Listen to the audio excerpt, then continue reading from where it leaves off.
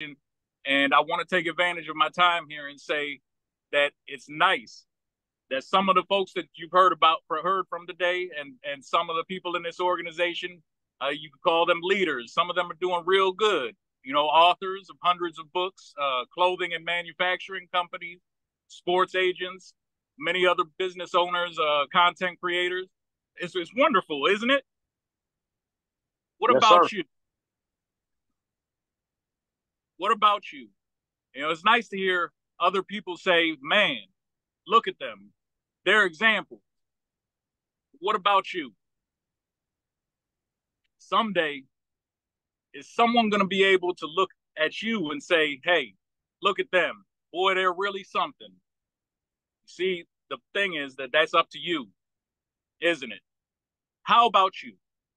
And the whole key is this: there's certain requirements that have to be placed upon people that want to be leaders, that want to be successful and want to set an example in life. Now, I'm going to tell you, not everybody listening to this talk is going to make it. Everybody can do it, but everybody won't do it. So let's just face the facts here. I'm not here to get anyone excited in just a happy way. I'm here to lay a burden on your shoulders this afternoon, okay? I'm here to be truthful and what I understand truth is. And I will admit that I don't know everything. Things that I think may be truthful might not really be truthful. And I admit that I'm stupid. See, only unsuccessful people won't admit that. All successful people will admit they're stupid. And that's why I can be happy to stand up here today and tell you that I'm up here goofing up and making mistakes because I know that I'm stupid. When you find out that you're stupid is when you can begin to grow. And now, what do I mean by stupid? So I had just yesterday, I had a conversation with several people here in Minnesota, and one of the people in the group was a doctor. And he was saying that just the way the conversation was, that he wasn't sure if he could make it. I said, when you figure out you're stupid, you can make it. Because everybody that knows everything can't learn anything. Haven't you found people that know everything? Then they cannot learn anything. They already know everything because their ego becomes a barrier to learning. And all people that overcome and grow, they find one thing very necessary if they're going to have real success in life. And that is they have to submit to a learning process somewhere along the way. They have to humble themselves, learn, so they could become a student for a higher cause in life. That's what we're talking about here today. Some of you listening here are going to get something going on that's so big, it's going to blow minds all over the world. You become such strong leaders. And some of you are going to fall by the wayside. Why? Is it because you can't do it? No. What's the reason for it? You just haven't got any guts.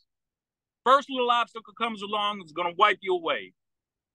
Or some of you won't learn how to talk right, or present yourself as a neat, well-dressed individual, or do the things that it takes to become a successful person. What does it take to become a successful person? What does it take to be a leader? One of the first things, like I said, is realize that we don't know everything. And you see, I'm able and I like to choose where I'm stupid because I know there's no way that I can know everything about everything. Wouldn't you agree to that? There's nobody in here that knows everything about everything. For instance, if someone in here needed brain surgery, and there's this person I know who had a staph infection, and it started out in his toe and it spread through his body, got into his brain, and by the way, it needed a brain operation, and I'm glad they didn't call on me for my expertise to help this man because I probably wouldn't have, known where to get started. I wouldn't have cut through the head good, and before he would have ended up dying before I killed him, and he would have paid a big price for my stupidity, wouldn't he? But you see, I choose to know where I'm smart and where I'm stupid, and I figure this one thing, one area in life where I don't want to be stupid. That's in the success area. That's what we're talking about. In the system that we have available today, if I could get that one area and one attitude under control, than all the business, family, the mentorship that comes giving to other people here, the legacy that we're creating for other people here is going to fall into place. And we can hire all the other people in the world to do all the other things that they're smart at that we're stupid in. Make sense? That alone opens up many different doors and different angles to us as human beings, right? So I choose not to become stupid when it comes to success, creating opportunity by being a productive, creative human being. Now, I may not have knowledge in many other things, but I could hire other people when that's the case if I'm not stupid about being successful. So that's the point that makes good sense to me. Now, to choose where we're not going to have great knowledge, to choose areas where we're going to remain ignorant, so to speak, not having an in-depth knowledge about the situation, but to know where we can surely control the economic situation through our success and not have the economic situations control us. And that's what the networking here, the collaboration is all about. So let me ask you, where did you guys learn about success? How did you learn about it in elementary school? How many of us had a class in success in middle school? So success means different things to different people. And I'm talking about economic success right now, you know, the green stuff. I'm not talking about bad money. I'm not talking about improperly acquired, anything like that, illegal, because we've seen a lot of people, whatever way they've got it, they've had a lot of money, they aren't happy. It's the potential to earn, and because you grew and overcame and figured out how to become successful in fulfilling your way that fulfill your life to where your soul's happy, personal happy. So where in the world did you learn about success? In high school? Did a teacher say to you, I'm going to teach you how to be successful? Now, we're talking about the success that shows up in the bank account, but it's also the success that's going to show up in your lifestyle. And what I'm talking about is not just average success. I'm talking about great success. But where do you learn about it? In college? How many people had a success course in college? Now, as a side note, I have a little goal, and this may seem, one of my small goals may seem a little bit strange.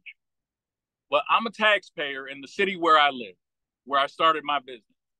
And I pay city taxes, county taxes, state taxes, federal taxes, sales taxes, use taxes, and all the other taxes that they could dream of.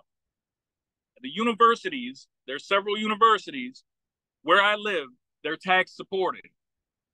The government funnels millions and millions of dollars into those universities, millions and millions. Federal government grants, donations, people in state government, millions and millions of dollars. My goal, I intend out of my little situation, my home in this town, is to have a greater impact of success on free minds and free people from my little place that's a tax-paying entity than the ones that are over there tax-supported that have hundreds and thousands of people working at them. That's my goal, to beat them. So back to this, to where do you learn this? Because I understand there's some basic principles of success, and I don't know it all, but I understand a few little things, and that's what I'm going to give here this afternoon. I'm going to give you 6 years of success living backed up by 40 years of failure living. But see, my failure living helped me to figure out how successful living. How are you going to succeed without failing? See, some people want to call themselves success without failing. Can't do it. You got to have failure to grow and have success. And some people try to tiptoe through the tulips and are afraid to have their guts spilled. We have to get out there, get on the front line. We have to fight. That's what this presentation is about. Because where did you learn it before? Now, the blessing is that success is teachable and it's learnable. Once you know how to submit your ego and become humble and open up your mind and heart to learn, that's when I believe that you can learn to live and teach success. In a situation group like this, every pupil should become a teacher And I want everyone here listening to this to make it big. Okay? I'm going to give you one word. You will not make it unless you have some guts, because it takes guts to succeed. It takes guts not to rip everybody apart and to start looking for the good people so you could develop a magnetic personality and attract people to you. So then people will be drawn to you rather than repelled from you. It takes guts to sit there and learn and learn and learn so that it finally begins to sink in. And people will know, and people make it. The people that make it, the people that know and can make it are the ones that can stand up and say, man, I was dumb. I was stupid. You wouldn't believe some of the things I've done with my life. No wonder I got to be 40 years old and busted. And see, you guys can, and when you admit that, you guys are shaking your head, right now. You could agree with it when I tell you I'm dumb and I tell you I'm stupid. But if I tell when I say, oh, I'm brilliant and I never really had a problem, and I'm on top of everything. See, now you're laughing, because no one wants to hear that junk. People want you to be honest with them. They want you to be transparent. They want you, the true you, to be visible when you're dealing with people. Now, I'm going to put this in such a neat little box that there's no way you can't understand it. And I believe with all my heart that what I'm going to tell you, you could be as successful as you want to be in your life. And success is a journey. It's not a destination. That is a process. And once you learn to be cool and take this advice and use it, that's what this is all about. Now, how many people here, I'm watching you guys, show of hands, how many people in here are too old to be successful? No hands. Good. How many people in here are too young? Okay, no hands yet. All right, how many people are too educated to be successful? How about too uneducated? How many people had the wrong parents? How many people in here are just right? How many people in here thought it was too hard to be successful? Okay, now I want all of you, everyone that was nodding your head, everyone that stood, everyone said that raised their hand, anyone that not a single person didn't raise, anyone was thinking about raising their hand. Turn your microphones back on right now, because if you thought things was difficult, I can't stand it. I'm going to have you apologize to me, and you'll understand in a minute. All right? And turn your microphones on. Everyone in unison, repeat after me. Howard, I'm sorry. Howard, I'm sorry. That was dumb. That was dumb. That was dumb. That was stupid. That was stupid. It was bad. It was It bad. was bad. I'll never do it again. I'll never do it again. Please forgive me. Please forgive me. Because I'm old enough to know. Because I'm old enough to know that you get hung by the tongue. That you get hung by the tongue. Snared by the word. Snared by the word. And I've just gone out and said the wrong thing. And I've just gone out and said the wrong thing. And I'm going to get what I say if I don't change it. I'm going to get what I say if I don't change it. And I'm changing it right now. And I'm changing it right now. Right now. I used to think success was difficult. I used to think success was difficult. It's not difficult anymore. It's not difficult anymore. It never really was difficult. It never really was difficult. The only thing difficult was my brain problem. The only thing difficult was my brain problem. And I'm overcoming that problem.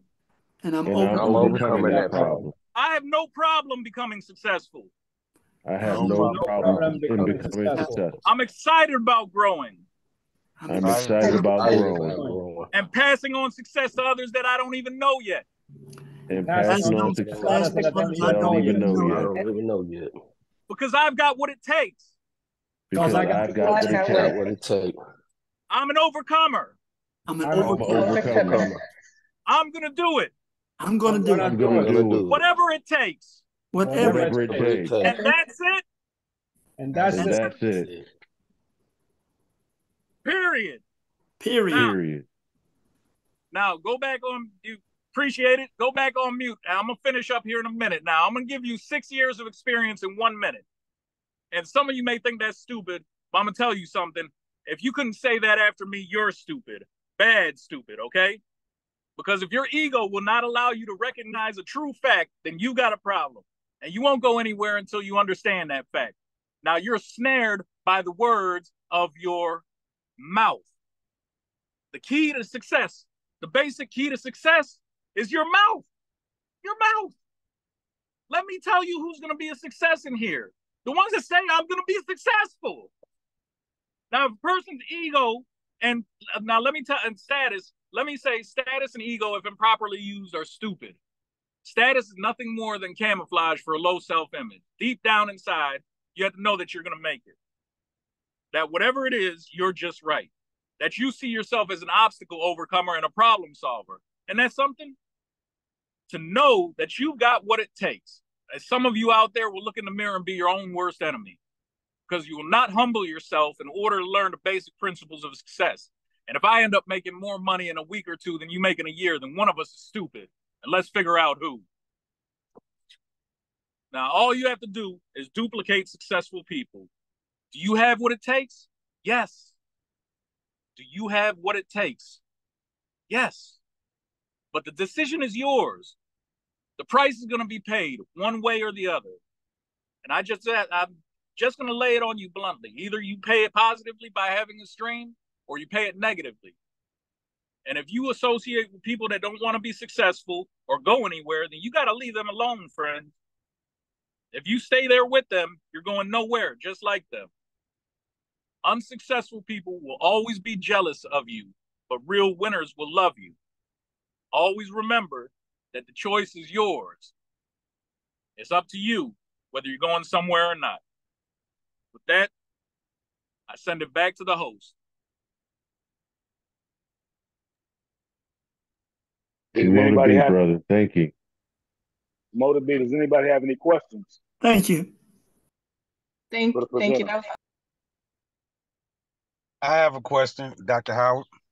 So, yes, as pillars that most of us, well, all of us are, you know, how would we appeal to those that has a lower vibration of thought to be successful? Are these people that if you're the pillar in society, you're going to interact with many different people, many people in your daily transactions of moving about. If these are people that are looking for or seeking, trying to attain or elevate or move ahead or further themselves, and they're just not getting it quite yet, you have to spend a little bit of time with them and develop that. If these are people that are in your family even, and they're just, you say something and goes in one ear and out the other, you got to leave. Those are the people that I'm mentioning that you got to leave them alone. And you stand there and mess around with them for too long, they're going to drag you down to places you don't want to be. This is why you don't see eagles moving around with chickens. I appreciate that. Now, the second half of it, for those that don't know you and that's a stranger to you, how can you appeal to the ear of their individuality success with their cloudiness? It starts off with perception. If you're meeting a perfect stranger, it starts off with their conceived impression is the best word of you. Now, if you walk down Greenmount Avenue in Baltimore at 2:30 in the morning, you're probably not going to see too many people that you want to associate with. But if you're going down Fifth Avenue in New York or something, and I know I'm just bringing up city names here, in the middle of the afternoon, and you're looking for someone to help you along with the business, that they got a nice car or something, if you're dressed the right way, if you're wearing a smile, if you're using your mouth to speak things into existence, then you're going to create that magnetic personality. You're going to have it automatically. And being dressed nice, like I said, doesn't mean that you have to be in a suit with a tie, or you have to be coming out of a Bentley or a Rolls Royce. You could have those things too, but this is just the attitude, the feeling that you have, knowing that you're concerned about how you move around. And once you have that kind of a magnetic pull, it's like two magnets. When they get close enough, they're gonna snap together. And then that's when the cohesion and the cooperation, of course, all these kinds of things come together. So with that, put it in notion of location. Location for sure, but it's also action. It's also moving. It's also making things happen. Because you can't sit there like a bump on the log and expect, like someone said, no one's gonna just sitting around here on the sidewalk and get struck by a bolt of success. Doesn't happen.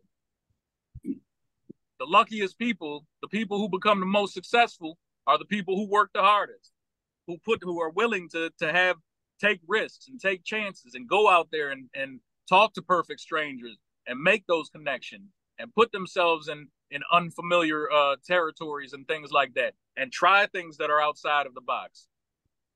Patrick Bet-David, there's a guy, Patrick Bet-David, he said 20-something years ago, he would go to, can't remember what it was called, DSW, some low expense shoe store, and he would buy shoes.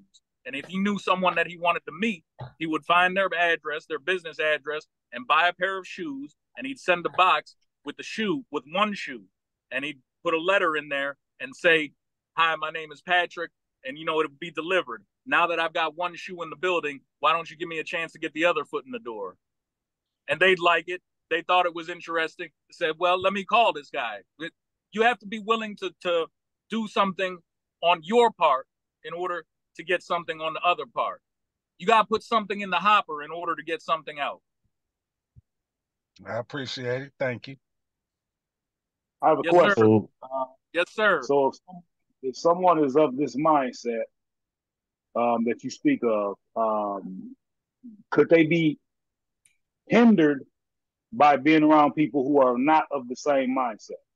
Absolutely. It goes back to what we were just kind of saying here. If you're trying to spread the word, if you have a good message and it's falling upon deaf ears, there's no need to stay around there. In fact, if you're on a mission, people should be able to see that you're on a mission, regardless of even if you say anything or not. And again, that goes by the way that you carry or the way that you move. So however you're moving around, people should be able to say, man, look, like I said, he's something else. Look at him. He's an example, or she's an example. Or look at that group of people over there. They're taking over. They're doing big things in it. They're charity, organization, community, strength, growth, opportunity. They're a creator. They're a mover and shaker. They should be able to see those kind of things. But if you sit around and just roll around in the mud, hey, not much is going to happen. And I'd get away from that as quick as I could. Thank you, sir. Can I add something there? Probably even the naysayers are the ones that are going to be aggressive towards you. They are even the ones who are trying to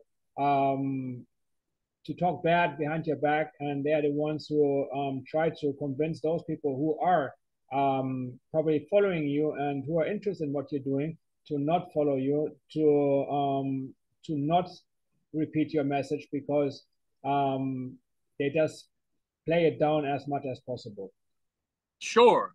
And an example for that is, haven't you ever seen a car or a loud car or motorcycle go by a neighborhood and all of a sudden a dog comes out chasing it? Dog's coming out going wild, barking like he's going to do something. What's the dog going to do? He's just going to make a whole lot of noise and you're going to keep going on your way. Let the dogs bark. The caravan is moving on. That's the mind thought that you have to have.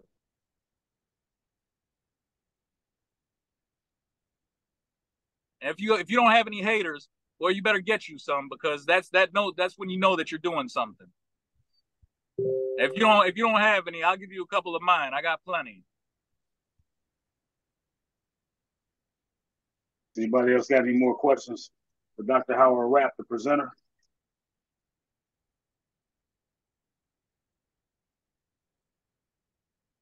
If not, I want to say again, I appreciate the opportunity to speak with you guys. I appreciate you all participating with me. And I know this is a pretty full room here, full crowd. And I think someone else or maybe I had a question, but I'm greatly appreciative of the chance to get everything that I had on my heart off today. So I wanted to ask you about guts and how did, personally for you, where did you develop it? What circumstances made you grit and grind, which probably is a part of having guts? 40 years of laying in the public trough sideways. When you get sick and tired of being sick and tired, then you figure out something's got to change. And reading more books and associating with the right kind of people, the people that were on a forward path.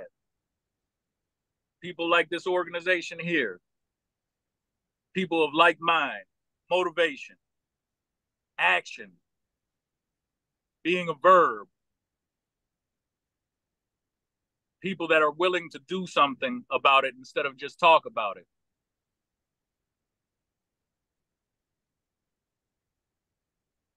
Thank you. Yes, sir. With that, we're going to close out the presentation. Appreciate you, Dr. Rapp, for that. And we have another one in the can. Thank you guys again. Thank you so much. Day. Thank you so much, Dr. Rapp. Great talk. Thank you. Yes, thank you so much. That was awesome. Thank you. Gratitude.